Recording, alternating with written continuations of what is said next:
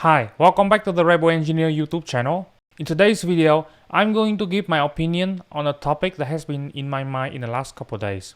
OpenAI latest video and image generator named OpenAI Sora. I will mainly dive deep into the economic impact in this video and save the social impact for another future video. You have probably seen the hype on Twitter surrounding OpenAI Sora. The videos, it turns out, are not just realistic, they are mind-bogglingly close to perfection. Personally, I can't shake off the implications of this technology. While some may be excited, I find myself more concerned than anything else.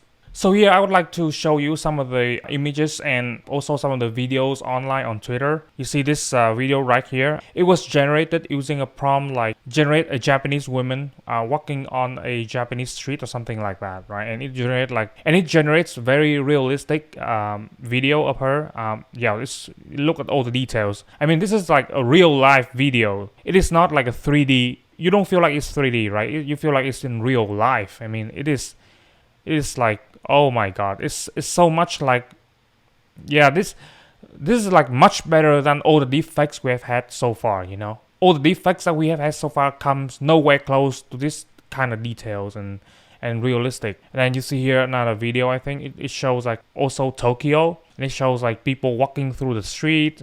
Look at how, like, I want to zoom it out. Okay, see, like, it's very realistic, right? And yeah, it's extremely, this is dangerous. This is very dangerous stuff. I don't think it has sound, but yeah, it is very dangerous. This will have a lot of social and economical impact. But today we are going to talk mainly about the economic impacts, right? So let's see how realistic it is. It's very realistic. Like, this is not 3D. It doesn't look like 3D at all. Even with some of the image and video generators online, most of the things are generated, looks like cartoonish or a little bit 3D-ish. But these are like real, like realistic stuff. I mean, it generates for real, this thing. It looks so real. This thing is gonna replace Hollywood. Like, the only thing they need to do is they need to replace sound, right? They need to add some sound generator in here. It's gonna replace Hollywood. People, I mean, this is the best they can do with AutoCAD, right? If you know people who actually use Blender and AutoCAD to do 3D modeling, I mean, this is the best they can do, probably, right? All the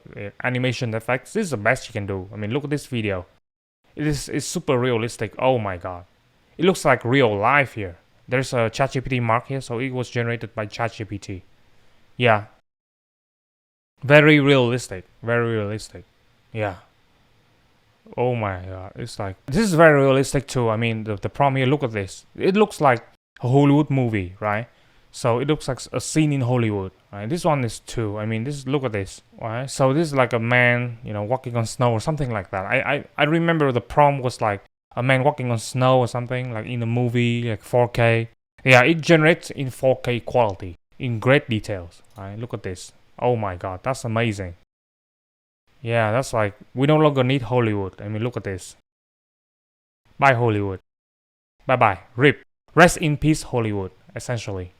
Okay, so looking through all these videos, this was probably the reason why Sam Altman was fired earlier this year in January. It looks like OpenAI has achieved a huge breakthrough in generative AI, and OpenAI Sora is just the very humble beginning of this breakthrough. I think this is just a start. This is just the tip of the iceberg for this technology. Okay, looking at these videos, I think that there are lots of concern from my side. I mean, the first thing is job losses in the long run, right? This advancement definitely make me really concerned about, job security, especially in creative fields. While it may not completely wipe out the creative economy, I think it will definitely speed up content creation. The economic impact of this, I mean, the first thing would be, job losses in the long run. So this advancement in AI technology undoubtedly raised concerns about job security, especially in creative fields. While it may not completely wipe out the creative economy, I think it will definitely speed up content creation. On the bright side, content creators like me can leverage our personal brands and potentially charge fees for the use of our data, akin to a franchise model. This highlights the importance of nurturing a robust personal brand in today's digital era. Essentially, at least for now, it will absolutely destroy the stock footage industry. That's my opinion. And, let's say these videos generators are going to generate my videos for me.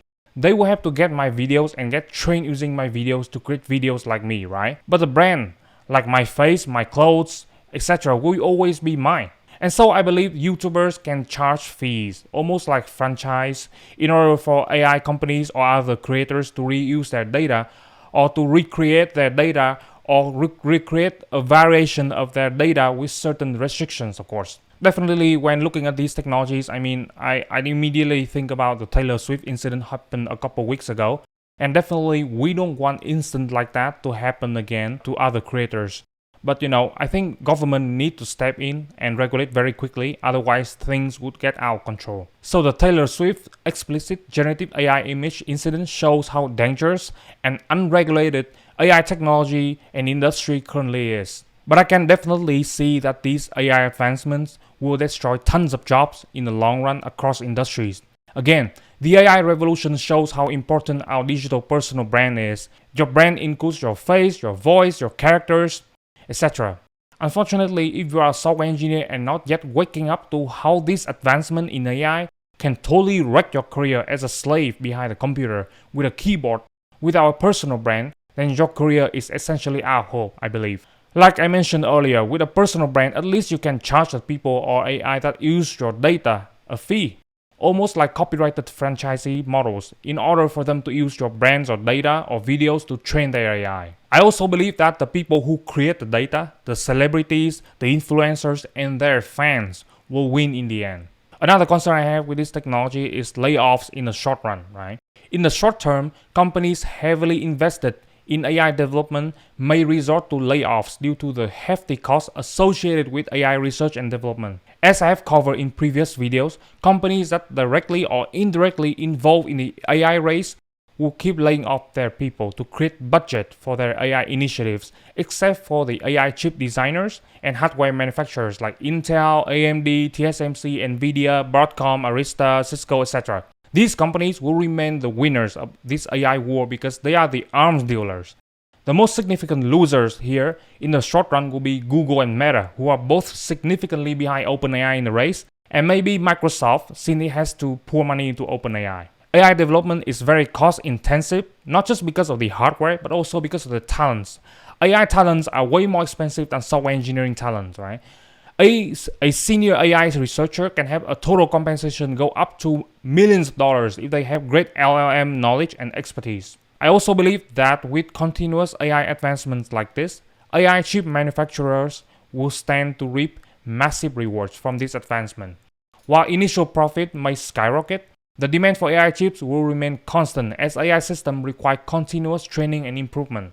And I believe this is a sole reason to be bullish on Nvidia, Arista Networks, Cisco, AMD, etc. I used to work at Arista Networks.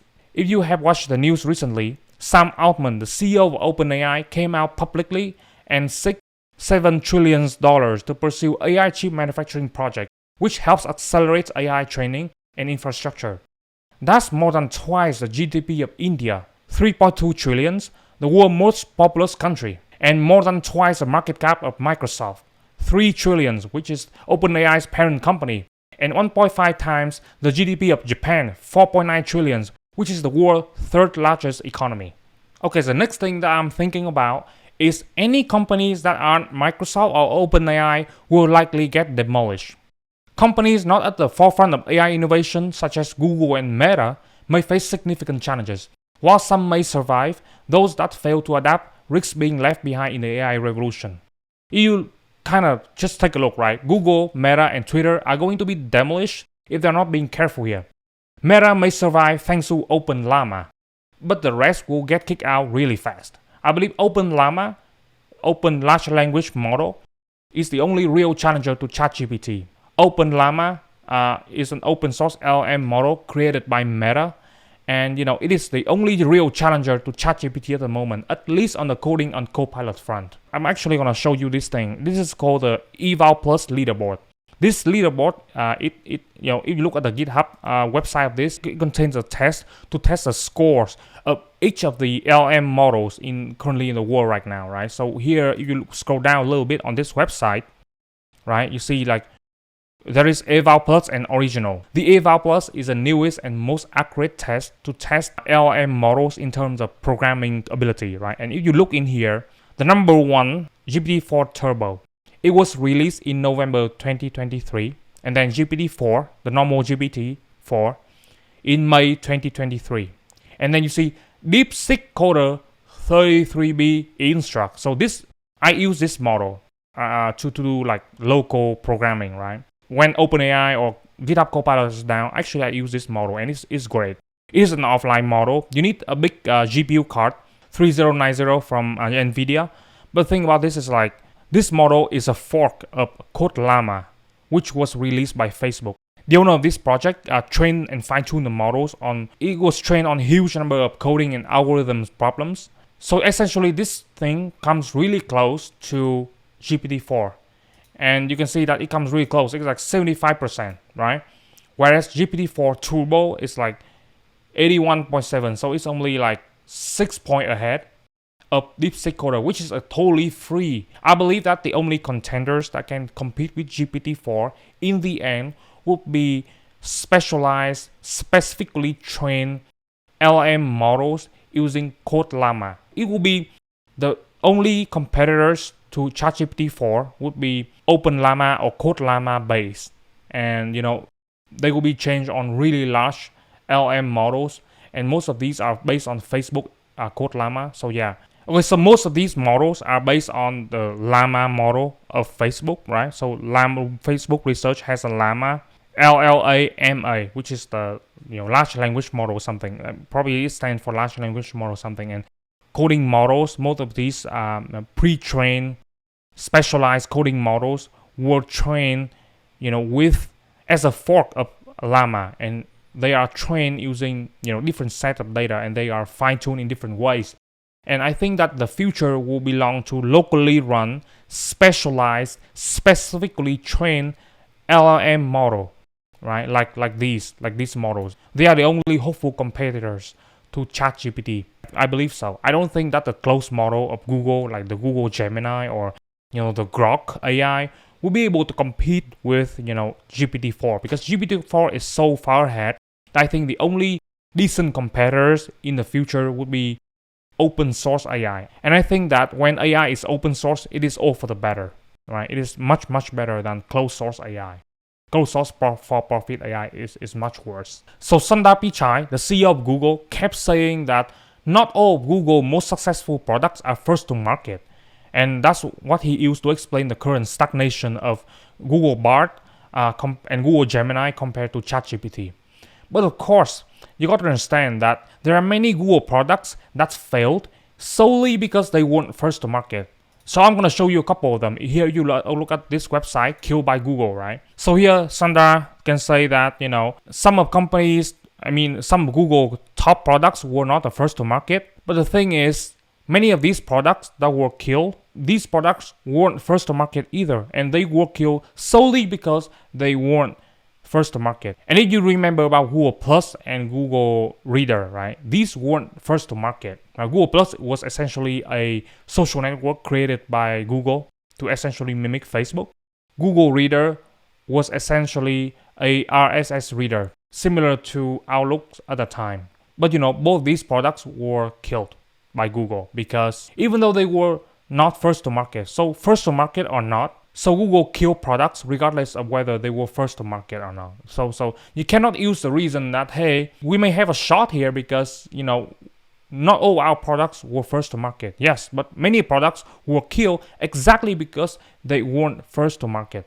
Google Plus is one example. So I think Google is in a really bad spot here. His excuses is not going to work. Essentially, in my opinion, Sundar Pichai is a great product manager. Satya Nadella is a great technological leader. Layoffs will not help Google this time. Most of the companies other than Microsoft and OpenAI play lip service when talking about AI. Like, oh, we are going to chase AI advancement. It is exciting, opportunities, etc., right?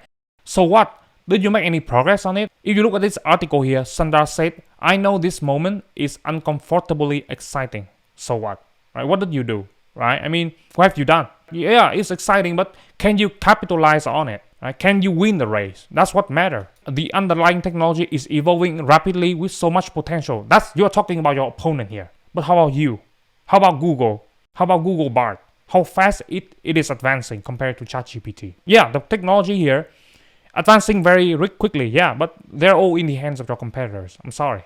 right? So that's just the way it is. I mean, yeah, you can talk about all these, potentials and everything, and uncomfortably exciting. But yeah, Google Plus was also uncomfortably exciting. You kill it because you were behind Facebook, essentially. That's the truth. Okay, so the next thing I would like to touch on is I strongly believe that many industries are about to be destroyed. The implications of this, AI advancement extend beyond job losses to entire industries. From software engineering to Hollywood, the landscape is set to undergo significant transformation. If AI can generate these complex videos without AutoCAD, they can definitely do coding given enough power. From the look of this, I mean, they can replace the video game companies, the Hollywood, almost all commercial entertainment media. We will probably have movie stars who are AI generated with perfect beauty or handsomeness and articulateness. Okay, so with all of that said, what should we do now? For individuals navigating this changing landscape, I think the key lies in owning and capitalizing on personal data and brand.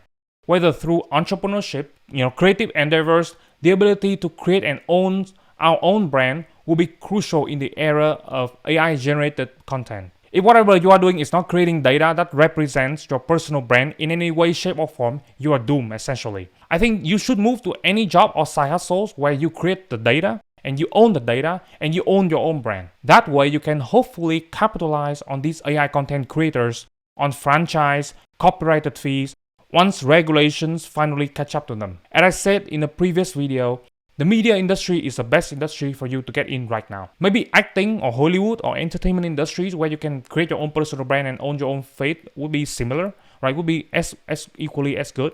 I don't know. But, don't work for someone else, essentially. Work for yourself. That will do it for me. Please let me know down in the comment section below. What are your thoughts on OpenAI Sora? Thank you for watching. See you in next videos. Bye bye.